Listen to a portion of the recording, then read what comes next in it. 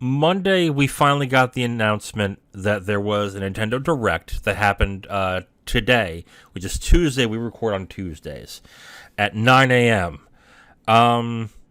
Now, for those who aren't familiar with what's been going on, we discussed it briefly on the podcast, and basically what happened was 2 weeks ago during the Summer Games Fest week that was, a rumor started circulating that a Nintendo Direct was happening at the end of the month. The person who started the rumor essentially was Alana Pierce, formerly of IGN and of Funhouse, and she has her own YouTube channel, and she's a writer for Sony Santa Monica. But she let the cat out of the bag that there is indeed a Nintendo Direct happening this month. And when she said it was happening, there was a knockoff effect by a bunch of YouTubers and journalists that said, "Oh yeah, we all heard the same thing. It's happening." Which, I don't know. Well, let's talk about this first, because before we get into the Nintendo Direct itself. When the announcement was made, I was really surprised by how many YouTubers and journalists just jumped on the bandwagon immediately and said, "Oh yeah, I heard the same thing, it's true." Not really questioning where the source was coming from, how this person knew it, and why the information was so trustworthy to a certain extent. What did you think when the rumor was first started circulating? As far as my initial thoughts, my first initial thought was, okay, well, not to be a Debbie Downer, but it's kind of the information should be treated as a little bit suspect because she works for a competitor. She Right. works for Sony Santa Monica, so she may have been reliable as a journalist in the past, but now that she works for a game studio, she literally works with the interest that is more interested in profiting their bottom line and also protecting their own secrets. Or you would think that, really, that and people should be skeptical of that. I understand that people like her and people have trusted her because of what she was with IGN and with her YouTube channel, and I get that.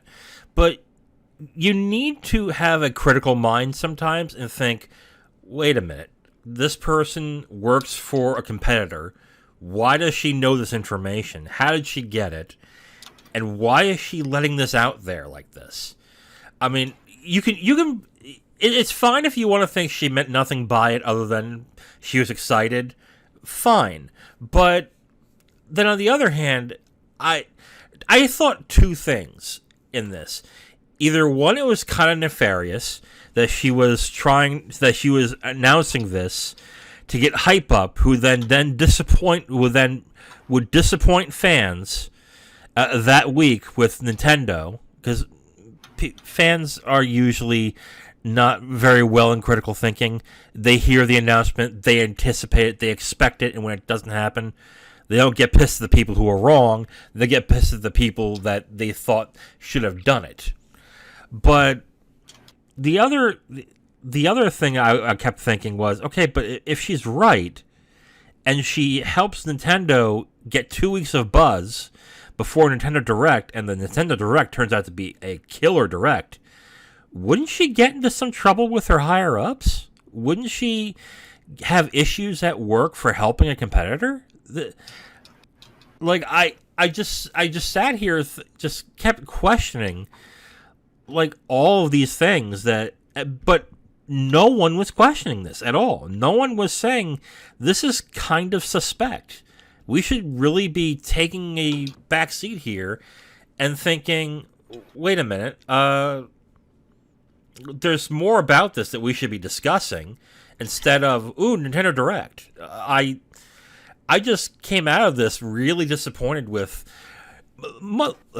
this would be a first, not much the journalists, but the YouTubers specifically, because they fell for it hook, line, and sinker, and they basically hyped this up for 2 weeks, thinking this was a general direct. Which, spoilers, it wasn't. It was a partner direct. That was a Nintendo Direct Mini that it ended up being, which is fine. But if everyone was so sure this was a Nintendo Direct, why did they not disclose that this was going to be a partner direct? Like, if they were so certain of this. So, Yeah, and ultimately, and at least for me, just my thought ultimately just came down to, just hey, I get it, just um, you guys really want to jump in on I guess, for lack of a better way to putting it, you guys want to jump on the hype train because if this is in the mind share, you want to be able to hit the YouTube algorithm and just end up on the hot streak and everything. I get right. it, but at the same time, if you're trying to be a video game journalist, it doesn't matter if you're on YouTube or not. You still have an integrity to uphold to your viewers, and you're supposed to do your damn duty and just report responsibly, not just fall into the hive mind of, hey, well, this is what the algorithm says everyone wants. We gotta do exactly what the algorithm says. Yeah. I mean, when we discussed this, I mean, I was so certain there was not going to be a direct, and technically, I was wrong. There was a direct. However, the mentality that everyone had in the 2 weeks prior was this was going to be a general E3 direct that they're used to at this time, and this entire time I was like, that's not happening. Like, it's like they first off, Nintendo announced a bunch of games in, I think it was March was the last direct. I might be wrong on that, but in the last direct they announced everything from that time to September, which I think the latest one was Splatoon 2. And it would be silly for them to have that direct, but only announce games from that point to September, or from that point to October, which it would have been completely redundant. So at that point, I was like, nah, that doesn't seem right to me. And every year they have a September direct for the fall and the spring of the following year. So it to me, I looked at that and went, no, I don't think it's happening. And then you mentioned at one time too, today, the day we're recording this, is their shareholders meeting, which during a shareholders meeting, you don't want to have your stock price jump or fall because of a Nintendo Direct. That would be a terrible idea. So that was another reason why, and I'm giving you credit for this because I didn't think about this beforehand until you mentioned it. But that's another reason why we both thought, no, that's not happening. And you know who else thought that it wasn't happening either? There's a YouTuber called Kit and Krista. And these are the old Nintendo Minute people who work for the Nintendo Treehouse. And that's something you also showed me. That basically they're saying, yeah, the Nintendo Direct that you're expecting is not happening. And here's why. And I didn't get a chance to actually watch the video. But the comments on it was hilarious. Because they were all like, oh, you're going to look stupid when it turns out there is a general Nintendo Direct. Like, these people would know.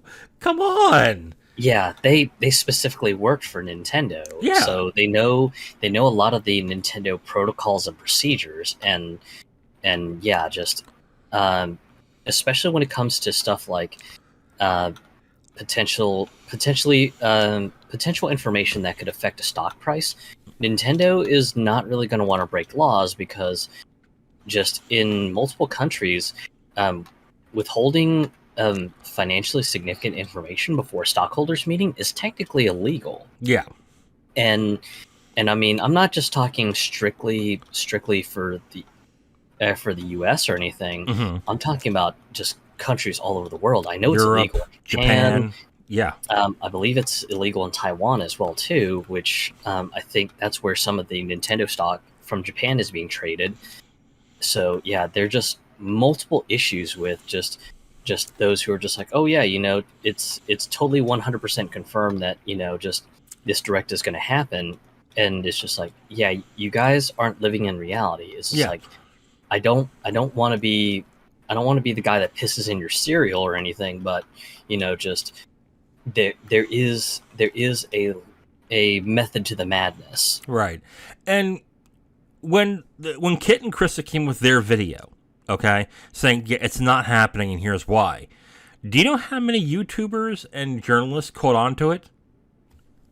None. Zero. In fact, after they did that, specifically, I think it was Spawn Wave had his third predictions video with different people on YouTube. Or was it second? I don't. He's had multiple ones. He had one that was an hour long about a few days after it was rumored, and then this past Saturday he had one with a couple of people on his channel as well. So he double dipped on this, and he was using it as, and he was framing it as this is a general direct.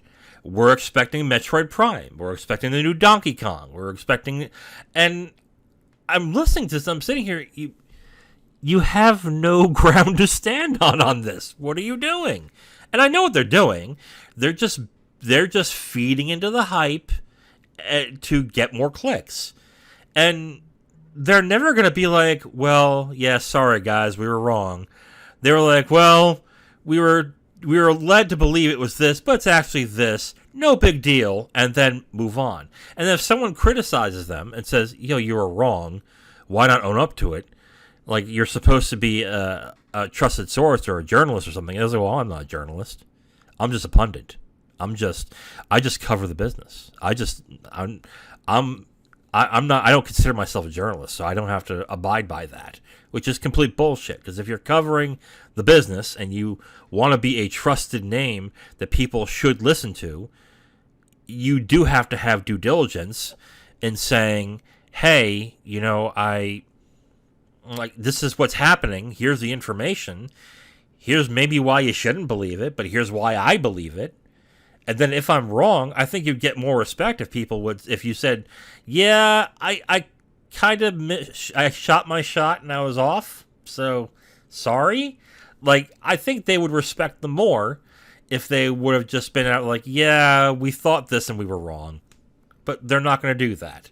So, like, that, And I want to reiterate, and I think you agree with me, I have zero issue with Alana Pierce outing this, because if she had the information, and her, to me it was like she had the information, it wasn't a big deal, she had it, she didn't see that it was a problem to have it and to state that she knew, so she talked about it.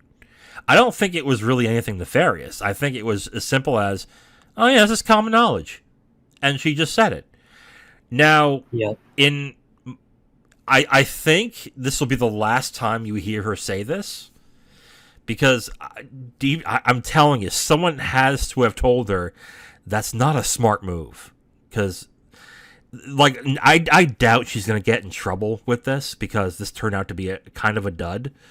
But if this turned out to be the best general direct of all time, and it helped Nintendo gain more market share, I can see a Nintendo exec going, wait a minute, one of ours hyped this up for 2 weeks?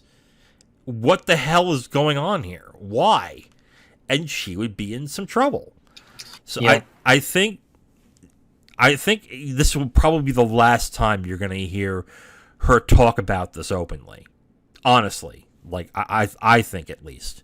So. Oh yeah, just if it was a third-party studio that was rather close with Nintendo, Mm-hmm. I could see this potentially jeopardizing that relationship, and whoever told her probably has either lost their job or was warned that, hey, by doing a thing that you did, you almost caused me to lose my job, so I can't talk with you about this sort of thing anymore.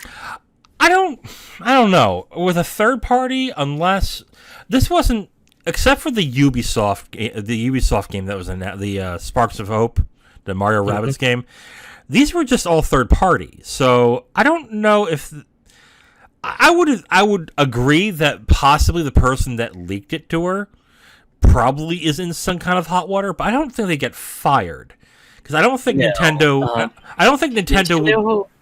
Go ahead. Nintendo has had a history of getting real angry and huffy with anyone who ruins a direct or anything. Mm-hmm. So Yeah. that's where really my perspective is coming from the fact that just Nintendo has had a previous history of getting very, very pissy when someone just steals the thunder right out from under them when they had a really big direct that they were just ready to just share a shit ton of hype to the world and everything. Yeah, but this wasn't a general direct. This was a partner showcase of all third parties. So I don't think, and this was a mini. So maybe Nintendo is a little pissed about this, but I don't think they're going to be that pissed. It's not like, I mean, Mario and Rabbids is technically a Nintendo game, technically, and but it wasn't the main game on the direct, so I don't think the person that leaked it is going to lose his job. I think he'll get into some trouble if it's found out. But yeah, I think, like, again, like, the issue here isn't Delana Pierce. It really isn't. Like, the fact that she came out with the information, it just seemed to me was like, oh, what's the big deal? Probably not realizing that it kind of is a big deal, actually. But my issue is with the people covering it and just taking her word for it and say, oh, if she says it's good, then definitely it's happening. But not taking into consideration, but wait a minute, she works for Sony, how would she know this information? And she specifically said the information did not come from Nintendo. So that would have been the hint of, oh, this is a third party thing. This isn't a general direct. Yeah. So I don't know why anyone didn't come out with it and said, hey guys, this may not be a general direct. This might be something else. So maybe not hype it up as much, but no one said that. Especially in the YouTube. I generally like to praise YouTubers because most of them do a decent job, but there are some out there that are just constant hype mills. And one of them I didn't think was that way was Spawnwave until this time. And at this point, I'm kind of annoyed by him because he really milked this for 2 weeks. Like every news wave, like the 1 hour episodes of predictions with other YouTubers. It just was like, Jesus Christ, dude, you don't even know what's going on, but you're predicting all these grand things for your viewers who trust you into thinking that you know something when now clearly you don't. So, yeah, I'm like, I have no problem. Like, I think I've made it abundantly clear. I have no problem criticizing journalists when they do wrong and do stupid things. I clearly have no problem doing that with YouTubers either, because clearly YouTubers have been making themselves out to be the antidote and the alternative to games journalists, but the games journalists made them look really silly, because I only remember one or two who were like really hyping this up, and the rest of them were kind of like sitting back going, yeah, we'll see. And they looked good in this by just holding back and let everyone hang themselves by their own rope. So, yep. Anything you want to add to that before we get into what happened on the Direct? No, pretty much just I'm basically in agreement with you that this should have been just a wait and see. Don't get your hopes up, and just all this needless hype of, I swear to God, it's going to be a general direct. They're going to talk about Metroid Prime 4 and Bayonetta 3 is going to be talked about. I swear to you, it's going to be good. It's just yeah, just you might want to be a little bit more responsible about your reporting, because as if things disappoint, then they will disappoint. Right. I mean, just like a lot of these YouTubers were like, "Oh, it's confirmed." Like, You have to trust this one source that everyone knows about. Like, no. Like, it wasn't until, like, what was it, a day or two before the announcement where other websites were reporting, yeah, this is not a general direct. This is a partner showcase. So, and still they were doing hype videos. So I was like, okay, you guys really aren't paying attention. So whatever. Okay, let's move on and talk about the direct. So the direct was a third-party direct. It was 25 minutes, and it was all third parties. So I think I think we should also make clear that even though that these were announced on Nintendo Direct most of these are coming to other consoles too. So, except for probably Mario and Rabbids, of course. But I think the vast majority of these are multi-platform. So why don't we start with, I guess, what stood out? Zero, what did you think stood out from the announcements? Didn't stand out for me, but I know it stood out for a lot of people. The confirmation that Persona 3 Portable, Persona 4 Golden, and Persona 5 Royal were finally coming to Switch. Yes, a lot of people have been asking for this, and finally it's happened. And I just want to... I did this on the Discord with you, and I just want to really cement this statement for everybody in prosperity. So when I'm wrong, you guys can tell me I'm wrong, and I'm an asshole, and I'm stupid for thinking this. So here we go. I'm not even going to wait for sales for Persona 5, 4, and 3. I'm just going to come out right and say it. These will sell big time, and these will sell really well on Nintendo's platform. So well, in fact, that Nintendo will go to Atlus and say, we want Persona 6 as an exclusive for 1 year on our platform, and they will do it, and they will have it for a year on that platform, where the only place you can play it on the Switch, you can play Persona 6 is on the Switch. I am betting that now. I am basically staking my claim and saying this is what's going to happen, because the sales are going to be so big for Persona on the Switch that Atlus will look at this and go, why not? This actually would be a great idea. And for those of you saying, well, they just made it multi-platform, why would they do that? Because you'll buy it on another system.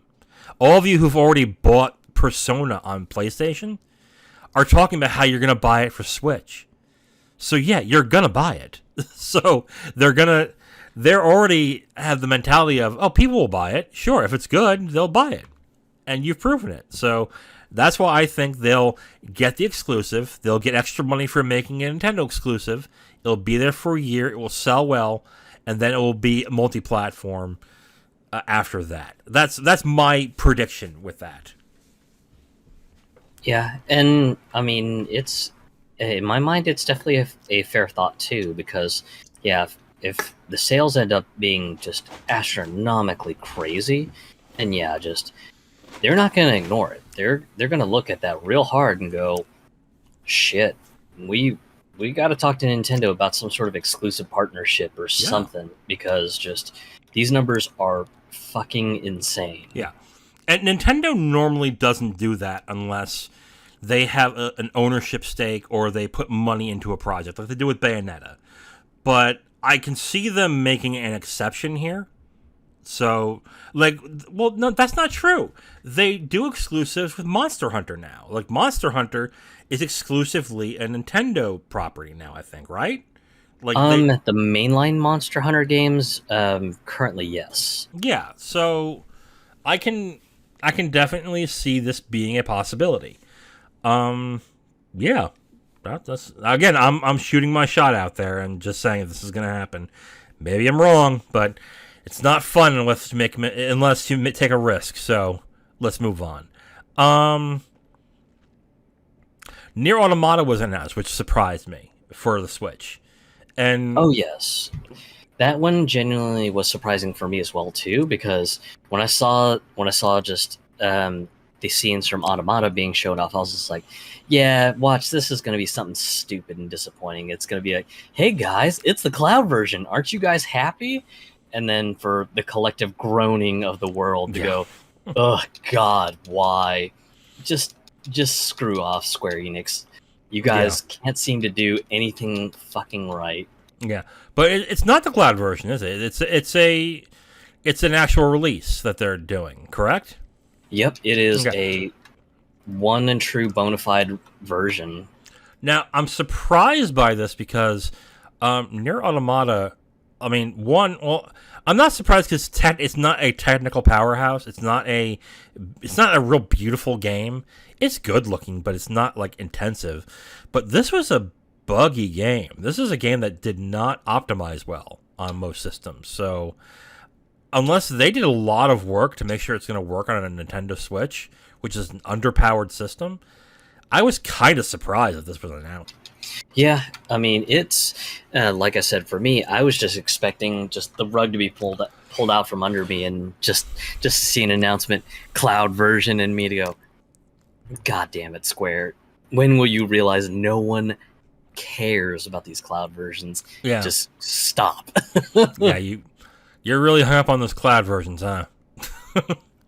Well, I mean, the fact that Kingdom Hearts 1 and 2, which are basically PS2 games at this point, are being sold as cloud versions for Switch. Oh, I agree with you. That's ridiculous. That's terrible. It just hacked me off, and I was just like, watch, that's going to be Square's grand release plan. Oh, multi-platform games, we'll just do cloud versions for Switch because we're too goddamn lazy. Yeah. And to be pleasantly surprised with, hey, this is an actual native Switch version. I was like, my God. You're learning. Yep. Okay. I guess we'll move on from there. What other announcements got you? You know what? Okay. Dragon Quest Treasures was shown off, which yes, I know you knew about this beforehand. I didn't. And your comparison was pretty apt that this is a mix between a treasure hunting game and and Dragon Quest Monsters. Yeah. Which, for those of you who don't know what Dragon Quest Monsters is, that's their Pokemon version of Dragon Quest, essentially. So, yeah, that sounds interesting to me. I can go for that.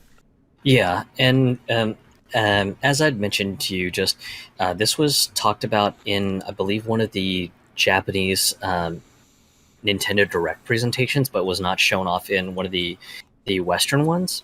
Mm-hmm. So to see this being announced, saying, "Hey, it's actually coming out to the West," it was one of those moments. I was just like, "My God, yes!" Just I'd been hoping you guys would bring this out because I love the Dragon Quest Monster games.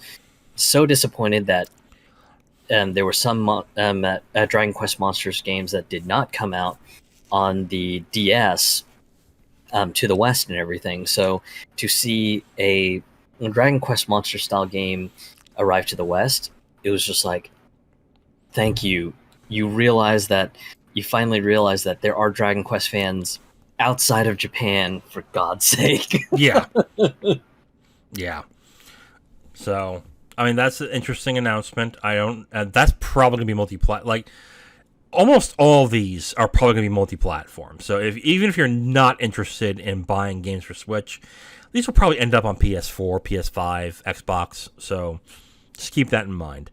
One that stood out to me was Lorelei and the Laser Eyes. And mainly because it reminded me of Killer 7 with the art style. Yeah, that one looked really cool. And the animation being reminiscent of Killer 7 is an interesting mention, especially since just that is one of Capcom's unfortunate games that has been forgotten. Well, that was meant to be a one-off, wasn't it? Like, that was Suda51 just basically doing one game. I don't think that was meant to be... that wasn't meant to be a franchise. That was meant to be a one-off. So I'm not surprised that they forgot about it. It just had no opportunity to be a franchise. So, yeah. Another thing that I actually was surprised by and was really happy to see was the Mega Man Battle Network Legacy Collection.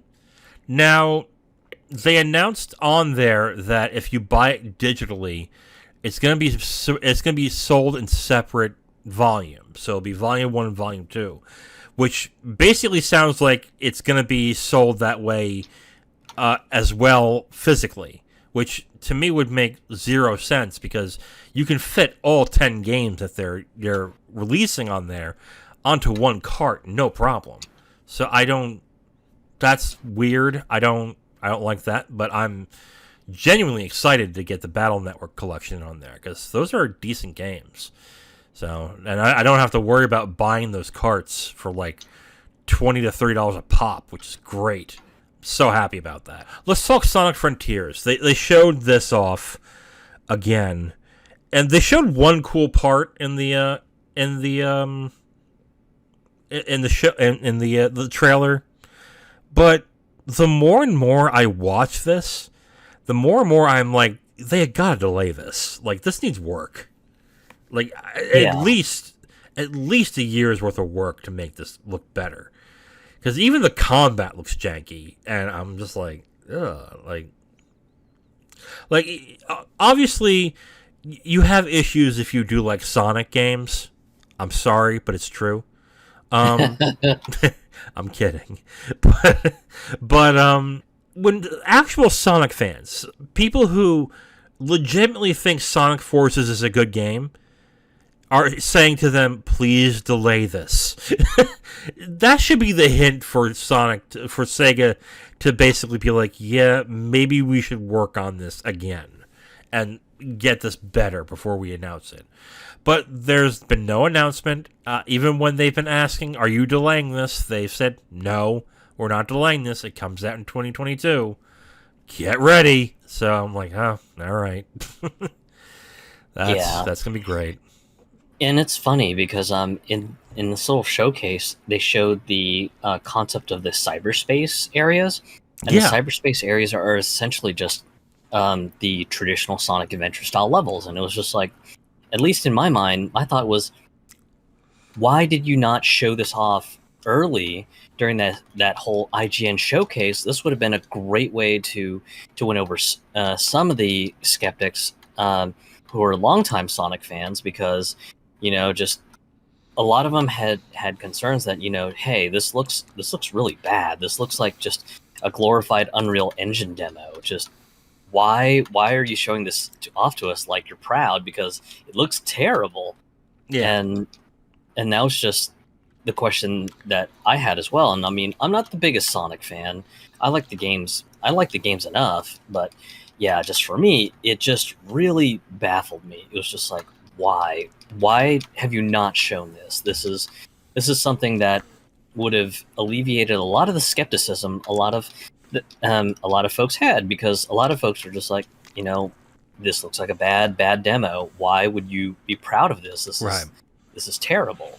And some critics are saying, well, this isn't a finished demo. This is like this might be a slice from like when the game was 50%, 60% done. Okay, maybe. But you then still have to look at the demo and go, this doesn't look good. Like this, there's clearly pop-up issues. There's clearly issues with foliage not looking very great. It's still an empty space. The combat still looks janky. Movement looks off.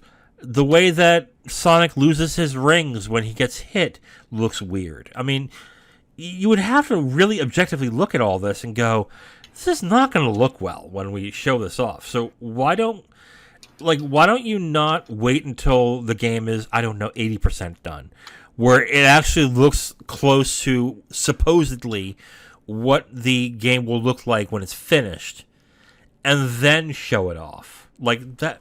I don't understand that, because if a lot of people are saying, oh, clearly this isn't done, it's in a rough state, so you have to give it a grain of salt with that.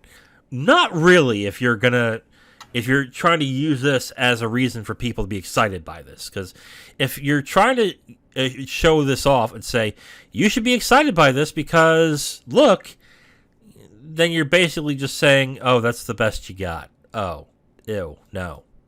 So, I don't know.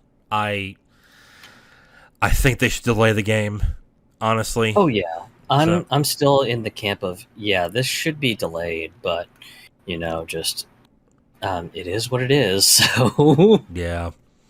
Some re-releases and ports were announced. A remake of Pac-Man World was announced, called Pac-Man World Repack. I never played Pac-Man World, but I've heard decent things about it, so that's yeah, interesting. Of course, we didn't talk about Nier Automata is coming out as a port. The Portal Companion Collection was announced, and I think that's a decent. That's cool to have on there because, first off, Portal is one of the best games ever made. I sadly have not played Portal 2. So, but anyway. But yeah, to have that on Switch, great. That's awesome. Of course, the Persona games were announced. A sequel to Bomberman R was a surprise because Bomberman R1 did not sell very well at all on any console. So, yeah. yeah, that one was strange for me because it was just like Super Bomberman R was not a big seller, and I think really what made things worse was the fact that when Super Bomberman R had came out, it was just Switch only, and unfortunately, that also sort of hamstrung everything Mm, because the multiplayer just wasn't there. So naturally, just it was tough to get multiplayer lobbies going, and then they decided to just go multi-platform with it and release it on Steam, on PS4, on Xbox One, in hopes to try to drum up some interest, and didn't do too well there. And then they released a free to play version of Super Bomberman R, which actually was recently announced that they'd be shutting it down soon. yeah. So yeah, just Super Bomberman R has just had a complicated history, Right. for lack of a better way of putting it. Yeah. So yeah, I was really surprised by that having a sequel. Anything else that stood out for you? Um, let's see here. Trying to think. Blanc looked really cute for a narrative game, Yes, so that looked decent. that one was curious. Little Noah Scion of Paradise had sort of an interesting concept. It's a roguelike that's got like a Pokemon element to it, where Yeah. the monsters you collect can help you attack and defend and stuff like that.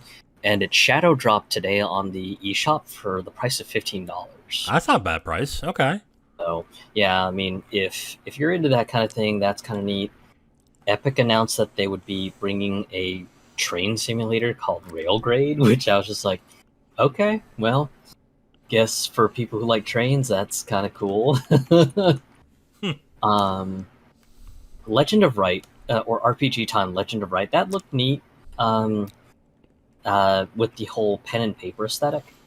So, so don't know how it'll play when it comes out and everything. So there's that. Harvestella really had my interest because I'm a big fan of Rune Factory. Yeah. So just seeing that Harvestella was kind of going for the Rune Factory feel, I was just like, okay, definitely interested. And the fact that it's coming out in November is great since usually my family will have a big Thanksgiving gathering. So, and usually just I can only be around my family for so much before I need a break. So a game like Harvestella is going to be great to just be able to dive into for a little while to kind of reset myself and everything. Yeah. I mean, like Harvestella actually gave me Artelier vibes, but yeah, it does look interesting to me too. So yeah. And I do want to add something kind of fun for anyone who's listening to this podcast and maybe a bit of an import nerd. The Japanese Direct had one game that was shown off that was not shown off in any of the Western English language directs. They are getting a home port version of an arcade game called Fishing Spirits Aquarium, and just that game just looks so fun. And I'm not even into fishing games, but the premise from the trailer and everything is you basically play the a home version of Fishing Spirits Aquarium, where you use your Joy-Con like a fishing rod to fish up all sorts of different aquatic species and everything. But when you capture them, you can actually fill up your own kind of collector's aquarium in the game. So eventually you end up filling out the aquariums with like sharks, squids, whales, and whatever other aquatic creatures and everything to fill up your aquarium. And then on top of that, there's even a multiplayer mode where you can have like your friends and family kind of co-op with you to get like the biggest specimen and everything. So you got that sort of stuff going on, and then later in the trailer, they also show some Mario Party style like party games. So like one where you and your friends are on a ship, and it gets attacked by a giant squid, and you're trying to basically just subdue the giant squid from attacking your ship.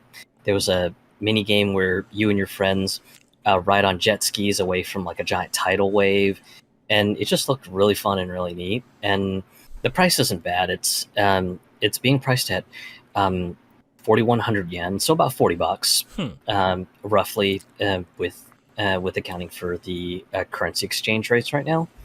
So I may actually look for that on Amazon Japan and maybe pick up a hard copy of it. Okay, cool. All right. Overall, this was a decent direct. I mean, this was a decent partner showcase. Nothing too exciting. I mean, we all pretty much figured that Persona was going to be announced on this, so, and we were all proven correct on that. But yeah, like a decent direct, I would say. As long as you kept your expectations in check, not thinking that a huge announcement was going to be made. So yeah, I mean, I have no issues with it, but those who are expecting a huge, big thing, I think we're going to be pretty disappointed. But yeah, Yeah. decent direct.